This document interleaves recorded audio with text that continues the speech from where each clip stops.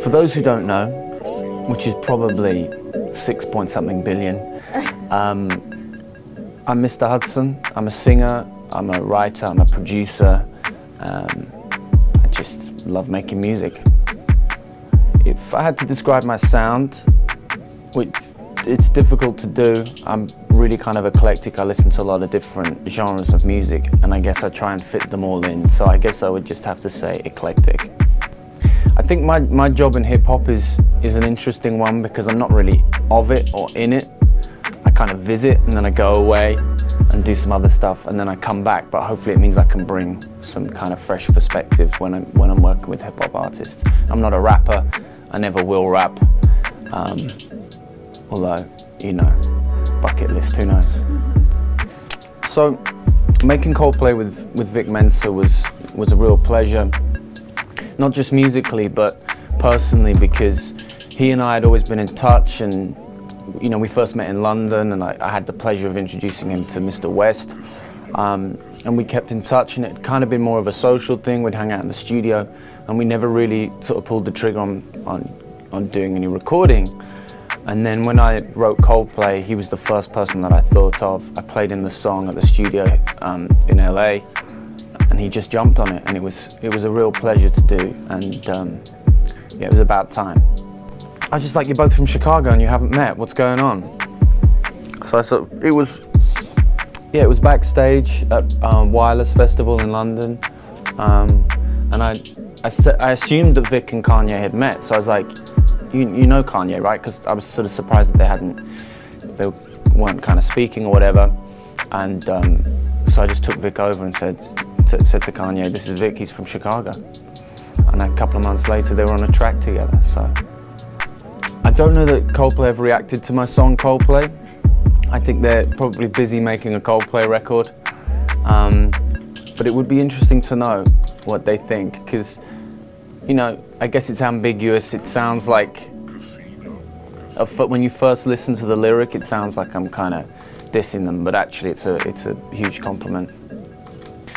It's a lot of fun working with Vic in the studio. You know, he's a rock star to me. He's not just a rapper, he's a rock star. He's a big character.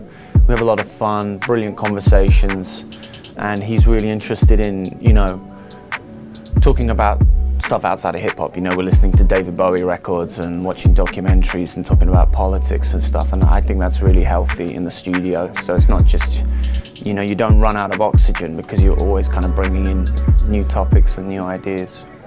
I've been really lucky over the years to work with some incredible acts and artists that, you know, you wouldn't really dare dream of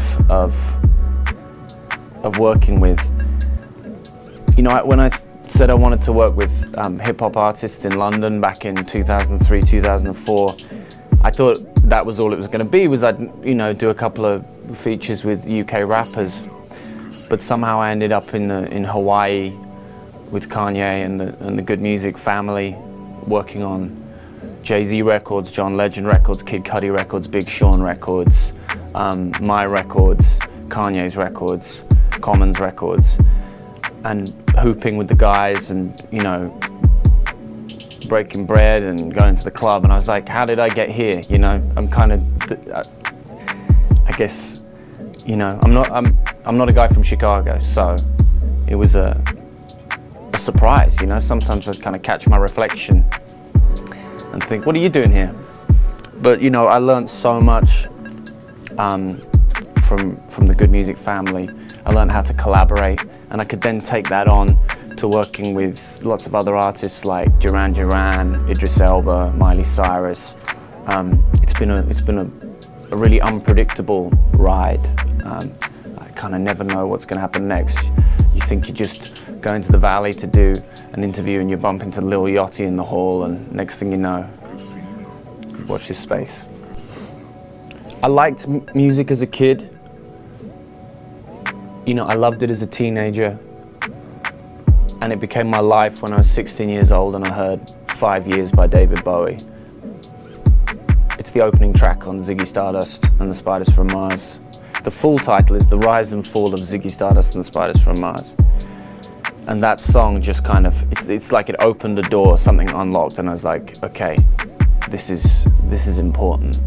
And I think discovering that album and getting into Bowie made me realize that music was going to be my life. If I wasn't in music, what would I do? I think maybe I'd be an English teacher. I like books a lot. I don't know if I could put up with the kids though. I love driving. Maybe I'd just, drive for Lyft or something. I don't know. I like people and I like driving, and I could listen to some tunes.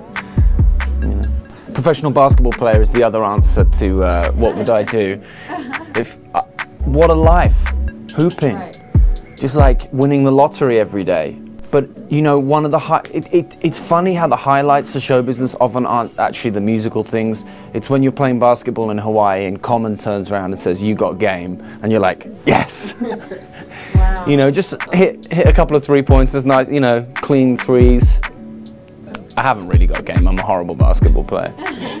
Jeff Basker told me off for being violent on the court because I didn't realize that you can't just like swipe at the ball and like take a couple of people out in the process. I'm 6 foot, so it's not crazy. It's obviously a challenge, when there's people like 6'10". But I think professional basketball would have been a good life. I think Kanye was chasing me down the court. I think we were playing 1-on-1, and I think he ran into like a post or something but it wasn't through my skill. It's just through there being a random post, probably like, I don't know, like a lamp post or something. But, I think that the thing is, they didn't expect me to be able to play. So when I rocked up in Hawaii, I didn't realize that sport was going to be part of the agenda. So I hadn't brought any sports clothing or anything. They said, "Oh, we're going to play basketball before the studio." So I had to go to the mall. Champs was closed. So I had to go and buy all Ralph Lauren, like tennis shirt, like tailored shorts just to the knee, Ralph Lauren socks, Ralph Lauren like tennis shoes, and I rocked up, the whitest guy in Hawaii, an all white, and literally looked like Casper the Ghost. And they kind of laughed at me when I got on the court, but they weren't laughing when they saw that 3-pointer. The game-winning 3-pointer. That was a highlight. I mean, it's always lovely to meet fans, and everyone wants a picture, everyone wants something, which I completely respect, and I'm the same when I meet people whose music I love. But what's great is when people have a gift for you. The first gift I ever received was after I put out my first record in 2005. It was called Bread and Roses. And this girl turned up at a show and she gave me bread and roses. And I was like, that's so cool. And she said, I baked this bread myself, and I believed her. And that was a really memorable gift. Check out the movie Bread and Roses. It's kind of an indie film. It's set in LA. It's about workers' rights. It's dope. Bread and Roses. That movie set in LA, I mean, I'd never been to LA, but actually that movie inspired the first song I ever put out. It's cool, right? She baked a loaf of bread and gave me a bunch of roses. It's cool.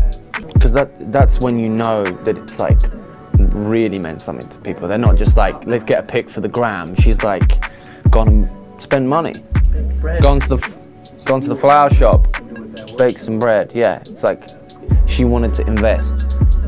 Maybe it's a daydream, but I always wondered what a Mr. Hudson Eminem collaboration would look like.